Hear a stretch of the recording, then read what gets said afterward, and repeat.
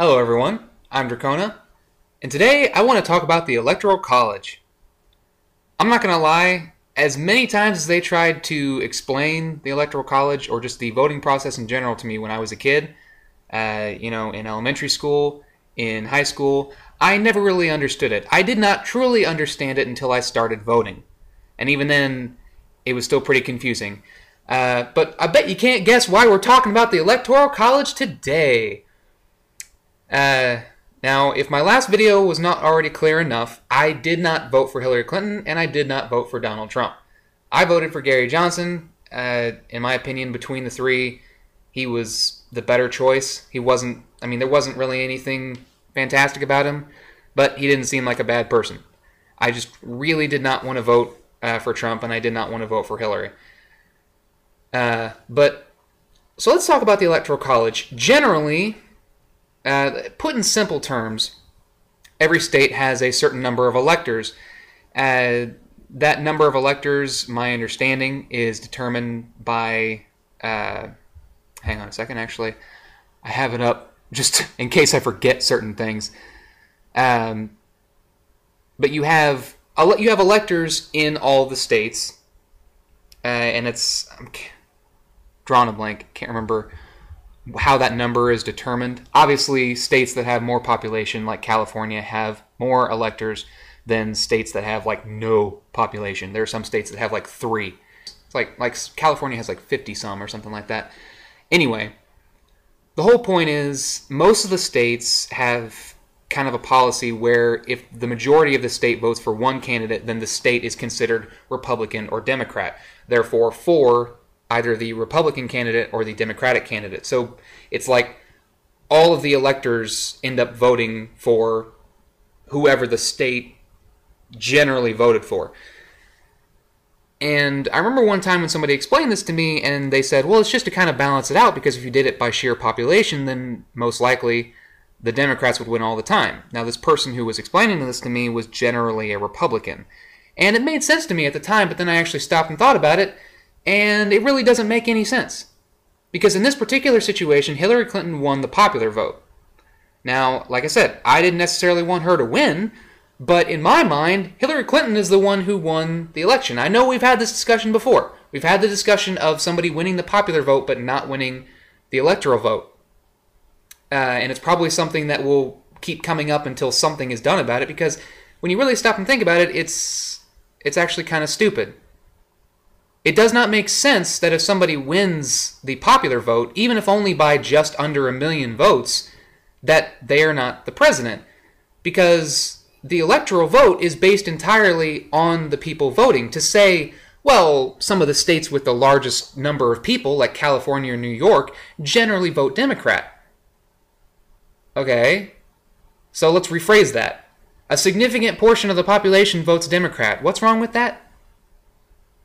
If the majority of the population votes for a Democratic candidate, or on the other side, if the majority of the population votes for a Republican candidate, why is that a bad thing?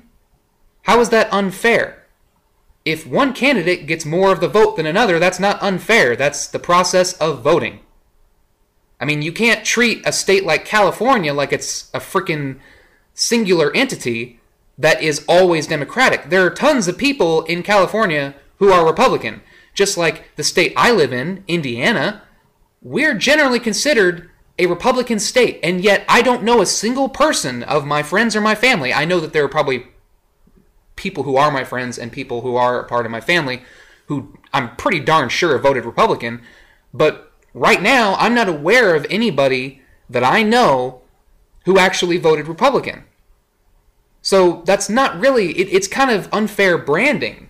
It's not truly representative just to say, well, the majority did, because when you look at the race for this presidential election, in my opinion, that was practically a tie. That was so close that it's not really fair to say that anybody won. Because it doesn't have to be a landslide, but it should be like closer to 75% of the vote. At least closer. Even just like 60%. That was truly 50-50.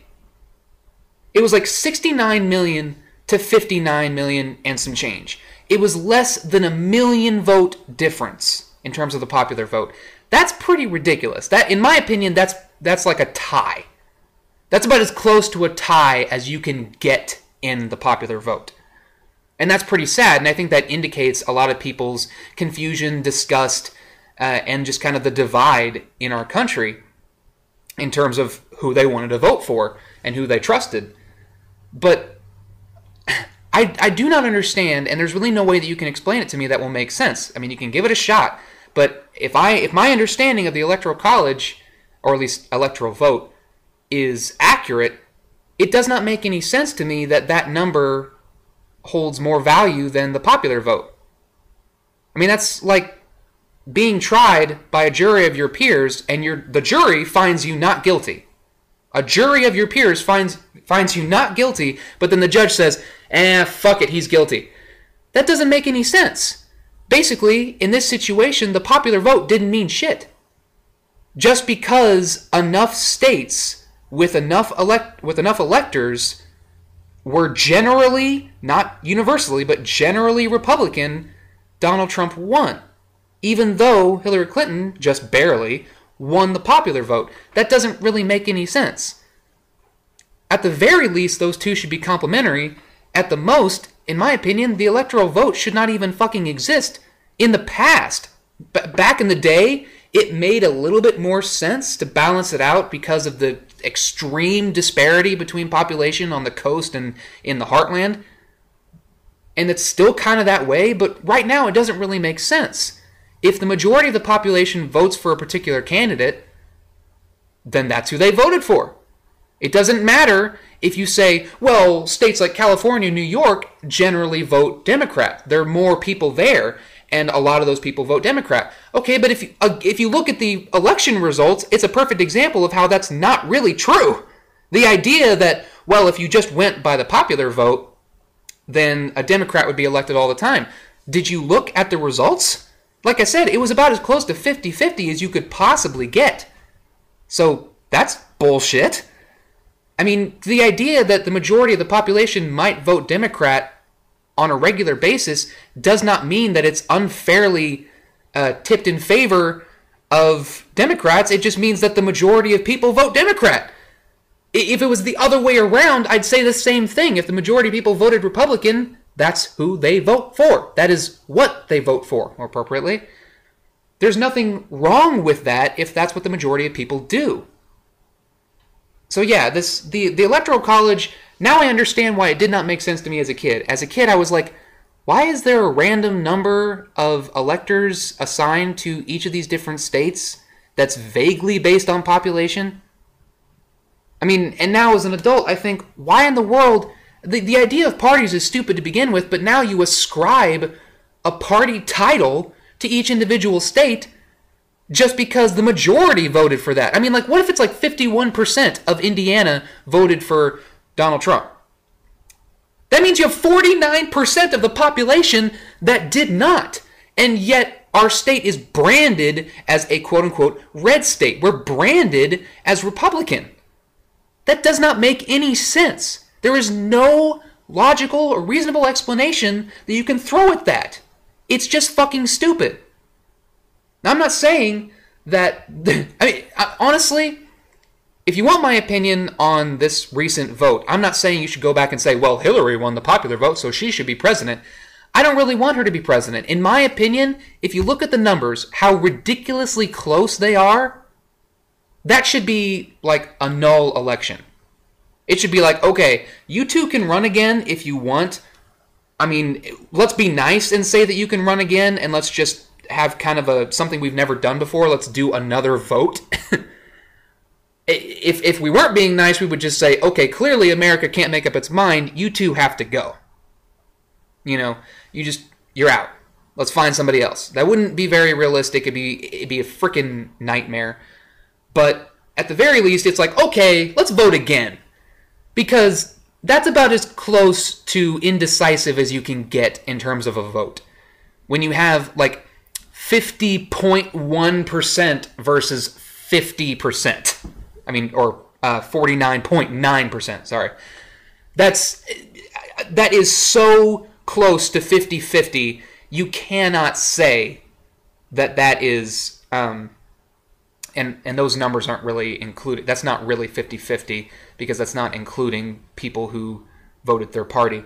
Because obviously those numbers don't add up. But the point is, that's the split between them is almost equal.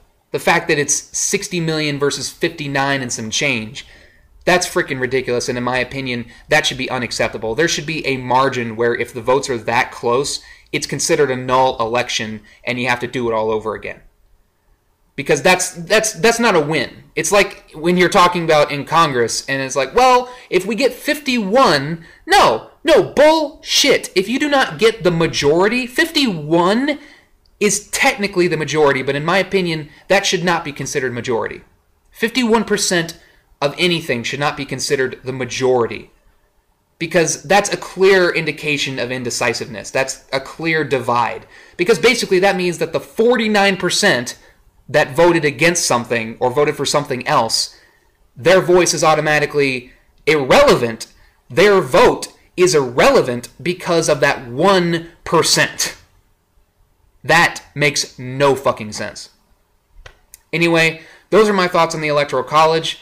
In my opinion, I do not see why it exists. I do not see why... I mean, I understand why it came into existence for the most part, but I do not see why it continues to exist, and we should really just do away with it. And we really, like I said, we need to have that margin in the middle where if we do not get past a certain amount... I know that would cause a lot of gridlock with decisions. Honestly, parties shouldn't even fucking exist. But there really needs to be that margin where you cannot say that 51% is a win or 51% is a yes. That's not a win and that's not a yes. That is the saddest possible success you could have is 51%. That's a technicality. That's not even a true win. At least 60% would be good. I would say, like, if you could, I mean, 55% is still pretty lame, but if you could at least break 55%, maybe 60%, that would be closer to a win. Like I said, it doesn't have to be a landslide. It doesn't have to be 90-10. It doesn't even have to be 80-20. But not practically 50-50. That's ridiculous. That's unacceptable. That is not a decision. That is indecisiveness. So anyway, yeah, again, those are my thoughts on the Electoral College and the recent presidential election. Technically, Hillary won, but like just barely. And I think, if anything, this is just an indication of how fucked up our system is, that there are so many changes that need to be made in terms of voting, because it's clear to me now that even if I had voted for Hillary Clinton, which I did not want to do, and a lot of people are pissed off at me for voting third party, even if I had voted for Hillary Clinton, it wouldn't have mattered. She won the popular vote, but the electoral vote, these electors basically made our voice irrelevant. That little sticker that says, "My vote, my voice," bull fucking shit. Our voice meant absolutely nothing. Just because a state, maybe as much as 51% voted Republican over Democrat, that's how Donald Trump won. And that's complete bullshit. That is not reflective of the vote. That's not reflective of the population. So, yeah. Do with that information what you will. Clearly, we have a lot of things that we need to figure out. I mean, the system has pretty much been fucked up since its inception, because it was built for a country that was not even a country. It was just a few states. Now we have 50 states with a shit ton more people, and we're still... I used this analogy before. It's like we're trying to run a crank engine on whale oil. Not only is it not compatible, but it's nowhere near the right level of fuel and nowhere near the right kind of machine. We're running on such outdated ideas, and it's not that we have to start over from the beginning. We don't have to, go back to the drawing board, but we just need to make some of these changes. And one of those changes, in my opinion, is the elimination of the electoral vote, because there's no logical justification for its existence. If the majority of the population votes Democrat or votes for a Democratic candidate, more appropriately, or any candidate, if the majority of the population votes for any particular candidate, then that is the candidate that the people have chosen. You know, and if that happens to be generally Democrat and rarely Republican, the people have spoken, and if you don't like that, sorry, tough shit. I don't like the fact that my state is branded as a Republican state just because it might generally be that way. Sometimes you just don't get what you want, and sometimes you don't get the representation that you want. But in this case, you cannot say that Donald Trump won, because by the numbers, just barely, he did not. So yeah, I'm Drachona, and enjoy the rest of your day.